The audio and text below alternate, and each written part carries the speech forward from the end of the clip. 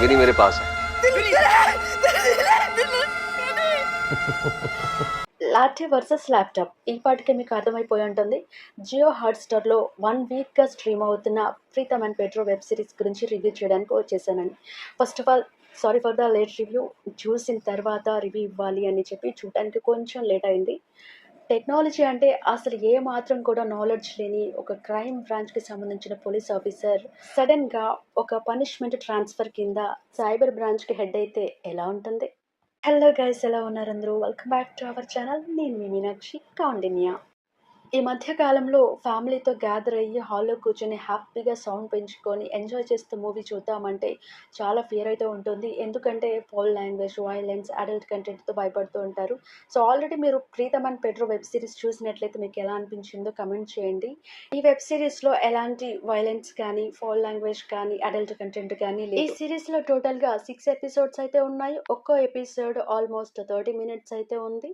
Audience నుంచి మంచి response అయితే ఈ వెబ్ సిరీస్కి వచ్చింది. 8.4 అవుట్ ఆఫ్ 10 ఐఎండిబి రేటింగ్ అయితే ఉంది.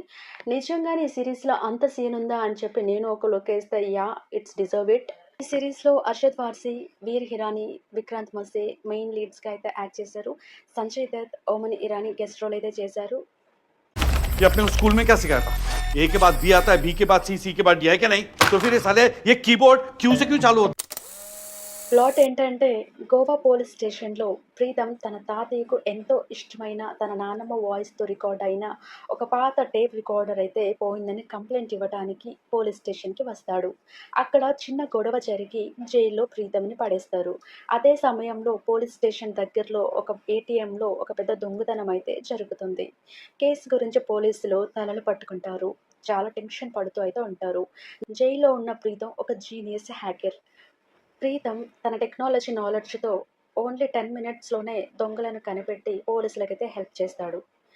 ఇన్స్పెక్టర్ పెడ్రో ప్రీతమ్కి థ్యాంక్ యూ చెప్పి తన ఇంటి దగ్గర అయితే దిగబెడతాడు. తర్వాత ఇన్స్పెక్టర్ పెడ్రోకి మినిస్టర్ ఇంటి నుంచి అయితే ఒక కాల్ అయితే వస్తుంది, తన వైఫ్ మొబైల్ పోయిందని.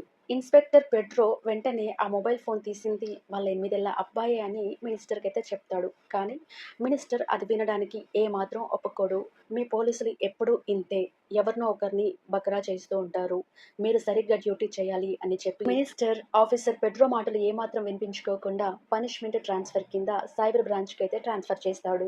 పెడ్రో సైబర్ బ్రాంచ్కి ట్రాన్స్ఫర్ అయిన తర్వాత ఏం చేయాలో అర్థం కాక పిచ్చెక్కిపోతుందనమాట. ఆల్రెడీ మన హీరో సత్తా ఏంటో చూపించాడు కదా, ప్రీతమ్ని అయితే రిక్వెస్ట్ చేస్తాడు తనకి హెల్ప్ చేయమని. సో ఫస్ట్ అయితే ఐ కాంట్ హెల్ప్ యూ అని అయితే చెప్పేస్తాడు. బట్ అర్షద్ వార్సీ మాత్రం ఒక చిన్న క్యూట్ బ్లాక్ మెయిల్ అయితే చేస్తాడు. అదేంటంటే, నేను కూడా మీ తాతగారు టేప్ రికార్డర్ని అయితే వెతికి పెట్టలేను అంటది. అండ్ ఫైనల్గా ప్రీతమ్ అయితే పెడ్రోకి హెల్ప్ చేయడానికి ఒప్పుకుంటాడు. సైబర్ బ్రాంచ్కి పెడ్రోని ట్రాన్స్ఫర్ చేశాక ఆయనకి అక్కడ చాలా కష్టంగా ఉంటుంది. ఏమాత్రం నాలెడ్జ్ లేని ఆ సిస్టమ్స్ మధ్య తను చాలా ఇన్నోసెంట్గా అనిపిస్తారు. కొన్నిసార్లు అయ్యో పాపం అనిపిస్తుంది, కానీ కొన్నిసార్లు అయితే పొట్ట చెక్కలయ్యేలా నవ్వు కూడా వస్తుంది. 2-3 కేసెస్ సాల్వ్ చేశాక క్రైమ్ బ్రాంచ్కి ట్రాన్స్ఫర్ చేయమని రిక్వెస్ట్ చేద్దాం అనుకుంటాడు పెడ్రో. కానీ ఈలోపే మినిస్టర్ ఇంటి నుంచి ఇంకొక ఫోన్ కాల్ అయితే సైబర్ బ్రాంచ్కి వస్తుంది. ఈసారి వాళ్ళ అబ్బాయి ఫోన్ దొంగలించడం కాదు, ఆ అబ్బాయే కనిపించకుండా పోతాడు. స్పోర్ట్స్ మినిస్టర్ కొడుకు తప్పిపోయిన తర్వాత ఇంట్లో నుంచి బయటకు వెళ్ళిన ఆనవాళ్ళు ఏమాత్రం కనిపించవు. ఒక హ్యాకర్ కాల్ చేసి కొంత అమౌంట్ అయితే డిమాండ్ చేస్తాడు. ఇక్కడ కొన్ని సీన్స్ అయితే ప్రెడిక్టబుల్ గా అనిపిస్తాయి. బట్ ఒక జీనియస్ హ్యాకర్ ఇంకొక జీనియస్ హ్యాకర్ ని హ్యాక్ చేయడం అనేది కొంచెం ఇంట్రెస్టింగ్ గానే అనిపిస్తుంది. రీసెంట్ డేస్ లో పిల్లలు ఎలాంటి గేమ్స్ ఆడుతున్నారు, ఎలాంటి ట్రబుల్ పడుతున్నారు, ఎట్లాంటి ప్రాబ్లమ్స్ లో పడిపోతున్నారు అనేది ఈ వెబ్ సిరీస్ లో క్లియర్ గా చూపించారు. ప్రీతమ్ అండ్ పెడ్రో కలిసి సైబర్ నేరగాళ్లను, ఈ సైబర్ కిడ్నాప్ వెనుక ఉన్నది ఎవరు అని కనుక్కోవడానికి రిమైనింగ్ స్టోరీ అంతా గోవా బ్యాక్ డ్రాప్ లో అయితే జరుగుతూ ఉంటుంది.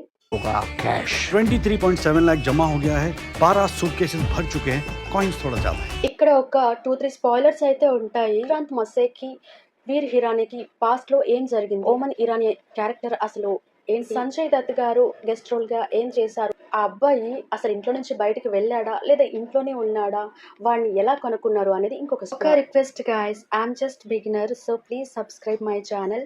సబ్స్క్రైబ్ చేసుకుంటే నాకు కూడా కొంచెం బూస్టప్ గా అనిపిస్తుంది కదా. At the last Pritam and Pedro ఇంకా పోలీస్ టీమ్ అయితే మార్టిన్ సైబర్ విలన్ అయితే పట్టుకుంటారు. ఫైనల్ గా ఎంతమంది నేరస్తులు విలన్స్ ఉన్నప్పటికీ మానవ సంబంధాలు, ఎక్స్క్యూజెస్, హ్యూమానిటీ గొప్పదని అయితే బ్యూటిఫుల్ గా ఈ వెబ్ సిరీస్ లో అయితే మనకు ఒక మంచి మెసేజ్తో అయితే క్లియర్గా చూపించారు. ఒక హ్యాపీ ఎండింగ్ అయితే ఉంది, కానీ క్రైమ్ బ్రాంచ్కి అర్షద్ వార్సి మళ్ళీ వెళ్తాడా లేదా అని అయితే చూపించలేదు. మేబీ వాళ్ళు పార్ట్ 2 అయితే ప్లాన్ చేస్తున్నారని అయితే నాకు అనిపించింది. ఈ వీడియో మీకు నచ్చినట్లయితే లైక్ అండ్ కమెంట్ చేయండి guys. Thank you so much for watching.